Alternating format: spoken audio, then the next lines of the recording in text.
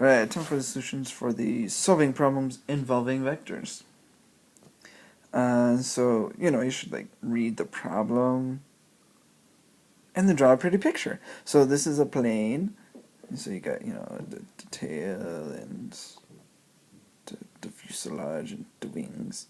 And it's currently traveling west, so the opposite direction that I just drew it. And that's at 145 miles per hour. And the wind is blowing north at 30 miles per hour. And those two vectors, when you put them together, give you the vector, I'm going to say negative 145, 30.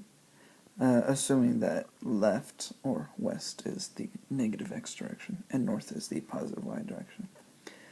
And once you have that, you just need to figure out what the resulting speed is and round it to the nearest whole number. Well, to get the speed of this plane, you just have to use your vector and use the magnitude formula.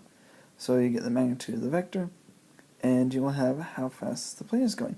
So remember, you square the x value, square the y component, add them together, and then you square root it, and you'll have your lovely answer there. Here, let me grab my calculator and punch it in real quick. So 145 squared is 21,025. And you add on 900, which is 30 squared.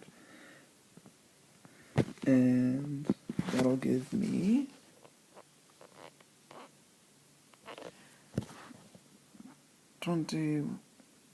the square root of 21,925. And when you do that square root, you're going to get approximately 148 miles per hour, and it does say to round to the nearest whole number, so we're going to put it there, 148 miles per hour.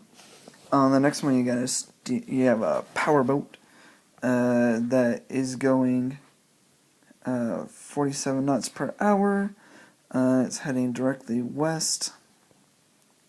47 knots. Not knots, just knots per hour. But the river flows north at 3.5 knots per hour. And so altogether your vector is looking like negative 47, because we'll say west is negative, and then 3.5 for the y component, positive, because it's going north.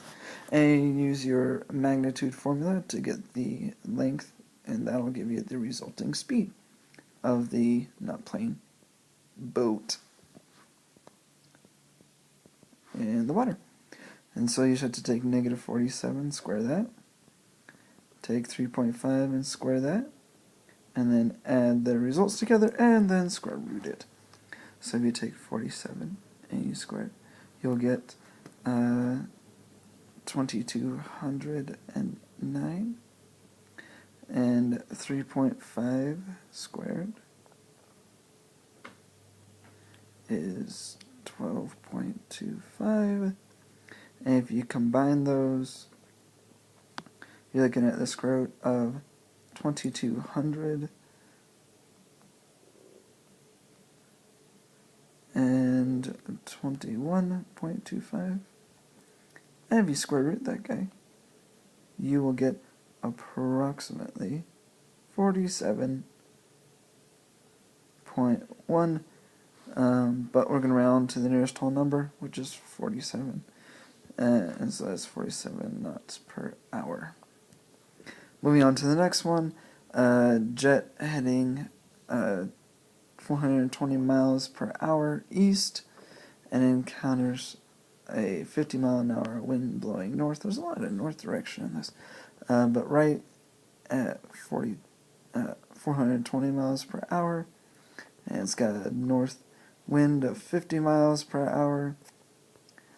And so when you put that together in a vector, you have 420, 50 for the vector, and use those two components to get your distance.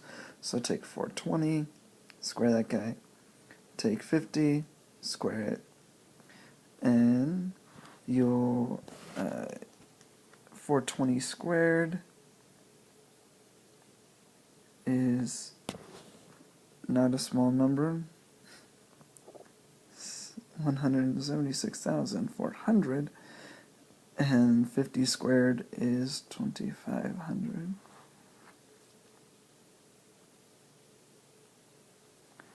And if you add those together, you'll get 176, 400.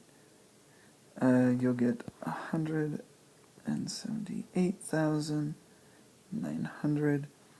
And if you square root that, you're looking at approximately 422.9, and so we're going to round that up to 423 miles per hour. And that moves us on to 4. If the jet's flying 630 miles an hour going north,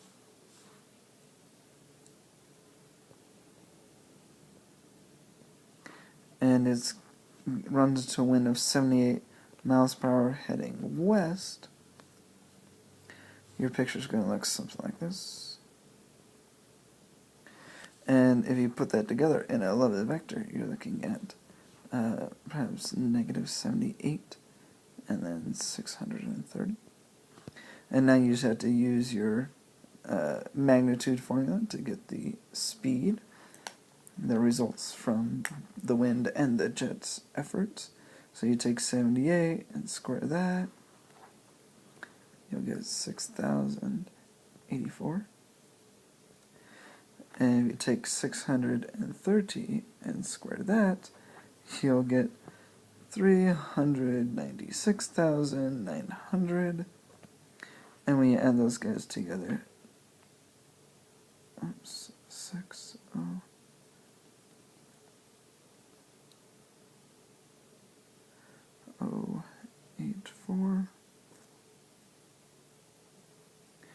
You're looking at the square root of 402,984, which, when you do the square root, gives you 634.8. So we're going to round up to 635 miles per hour. There's a first